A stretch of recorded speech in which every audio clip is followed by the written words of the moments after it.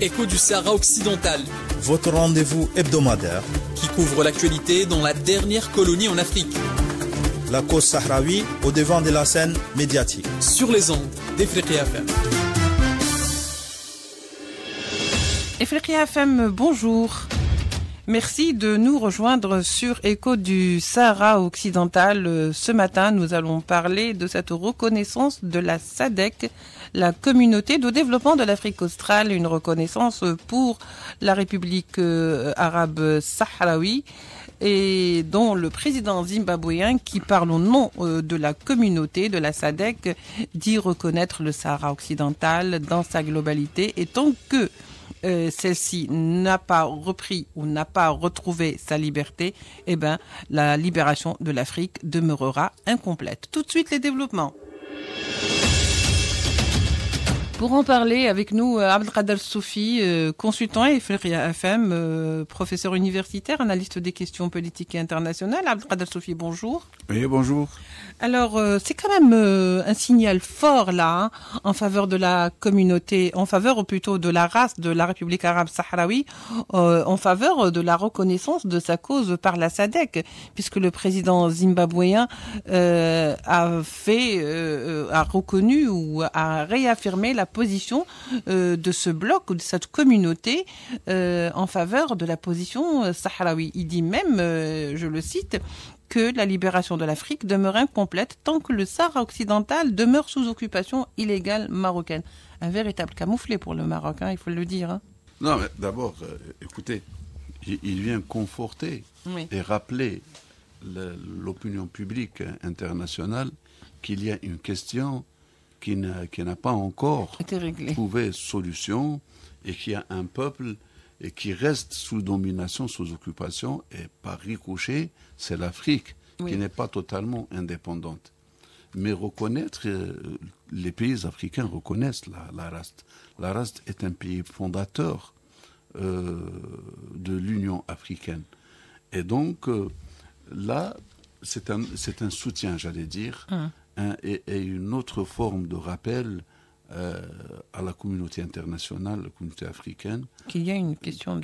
qu'il y a un peuple qui en souffre encore en Afrique, que nous avons oublié, et qui est la dernière colonie en Afrique, et qui reste comme étant un problème non pas sahraoui, mais c'est un problème africain d'abord. Oui. Toute l'Afrique en dépend. Oui.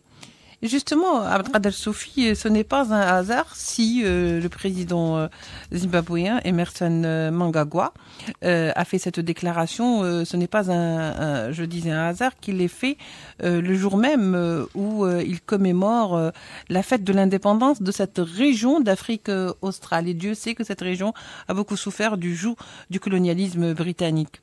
Absolument. C'est un rappel que le colonialisme ne dure jamais.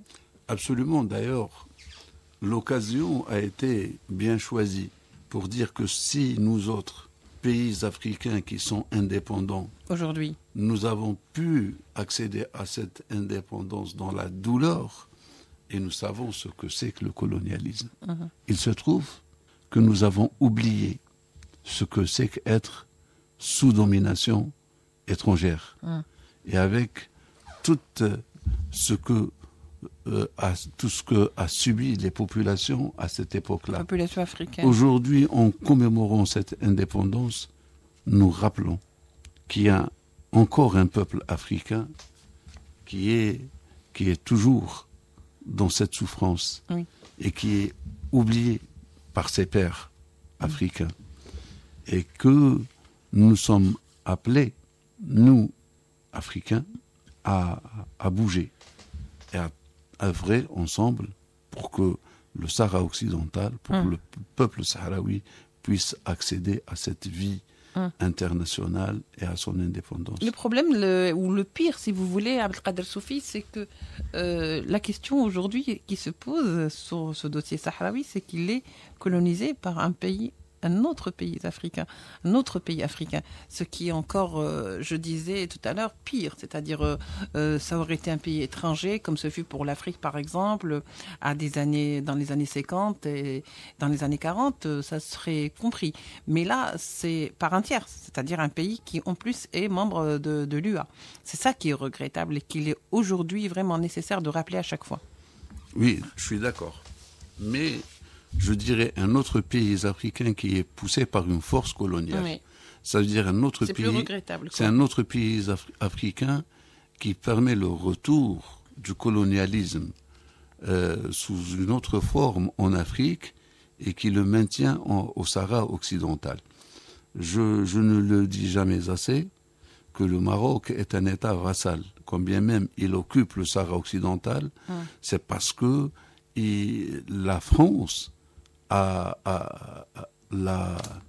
instauré d'occuper le Sahara occidental. La France est l'entité sioniste tout récemment. Je fais un rappel, je ne le dirai jamais assez. Oui. Voilà, je ne le dirai jamais assez que le Maroc, quand il a envahi le Sahara occidental au sortir espagnol, il a envahi avec 300 000 Marocains et à l'intérieur de cette population, il y avait l'armée marocaine et l'armée française. Il y avait la couverture aérienne française qui a bombardé, qui a tué les Sahraouis qui étaient sur le sol. Et les militaires qui sont arrivés sur les lieux, et qu'est-ce qu'ils ont fait ? Tout simplement, ils ont essayé de décimer les Sahraouis. Ces Sahraouis qui n'ont trouvé refuge que vers l'Est, en Algérie. Et les officiers de l'armée marocaine disaient que nous sommes mandatés d'une mission à éradiquer toute forme de vie sur ce territoire. Ça veut dire que le Maroc avait comme intention de récupérer un territoire. Et il faisait fi de la population du territoire. Regardez l'atrocité. Bien sûr, l'atrocité. Ne pas considérer l'être humain, le coloniser, c'est une forme. L'éradiquer, c'est une autre forme, beaucoup plus crapuleuse.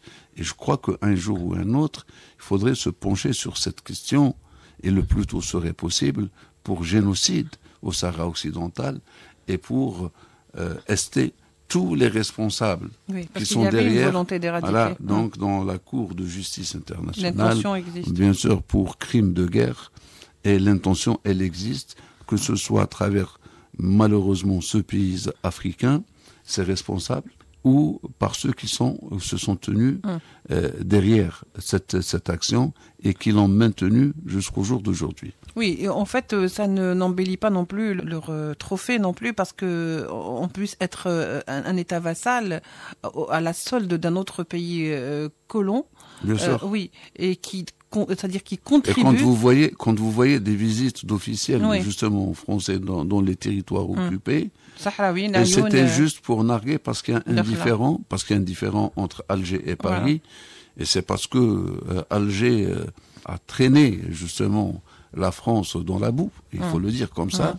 Donc la meilleure façon de se venger, c'est d'envoyer des officiels au Sahara occidental, non pas parce qu'ils reconnaissent au Maroc ce droit, mais c'est parce que ils veulent provoquer plutôt Alger, provoquer l'Union africaine, provoquer les Africains, dire que nous restons toujours les maîtres, et cette vue d'en haut des Africains, et donc elle est révolue.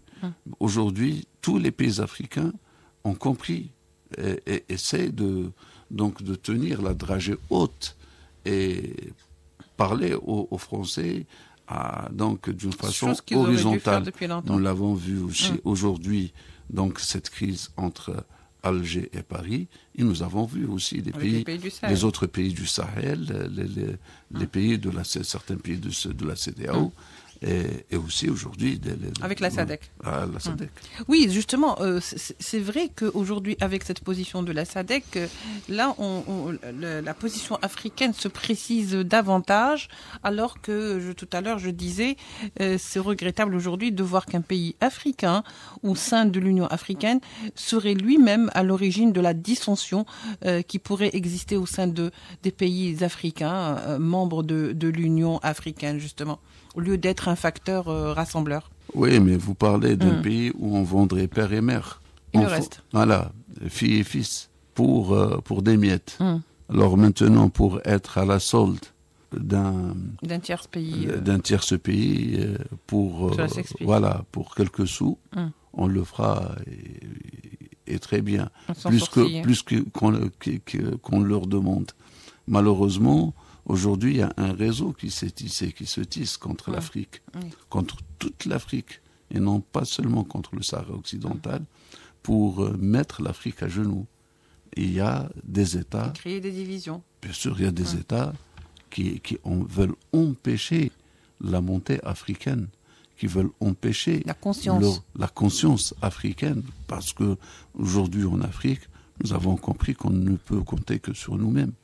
Et justement, c'est ce retour en force en Afrique, quelque part, l'Afrique révolutionnaire des années 60 et 70 qui est en éveil. Oui, un africanisme, un panafricanisme renaissant. Il y a le développement qui commence à se faire dans les pays africains et qu'on ne veut pas. Qu'on ne veut pas que cela continue parce qu'il représente une menace réelle, existentielle, aujourd'hui pour Paris. Pour l'Europe aussi. Pour l'Europe. Et c'est pourquoi Paris manipule l'Europe, mais aussi manipule le Maroc à travers le Sahara occidental. Oui. Pensez-vous réellement aujourd'hui, Abdelkader Sofi, que cette montée en puissance de la conscience africaine, tel un raz-de-marée, pourra être freinée aujourd'hui par un quelconque complot ou, je dirais, des complots de couloir, comme c'est en tous les cas le cas? Elle pourrait être ralentie, mais arrêtée, freinée, je ne pense pas.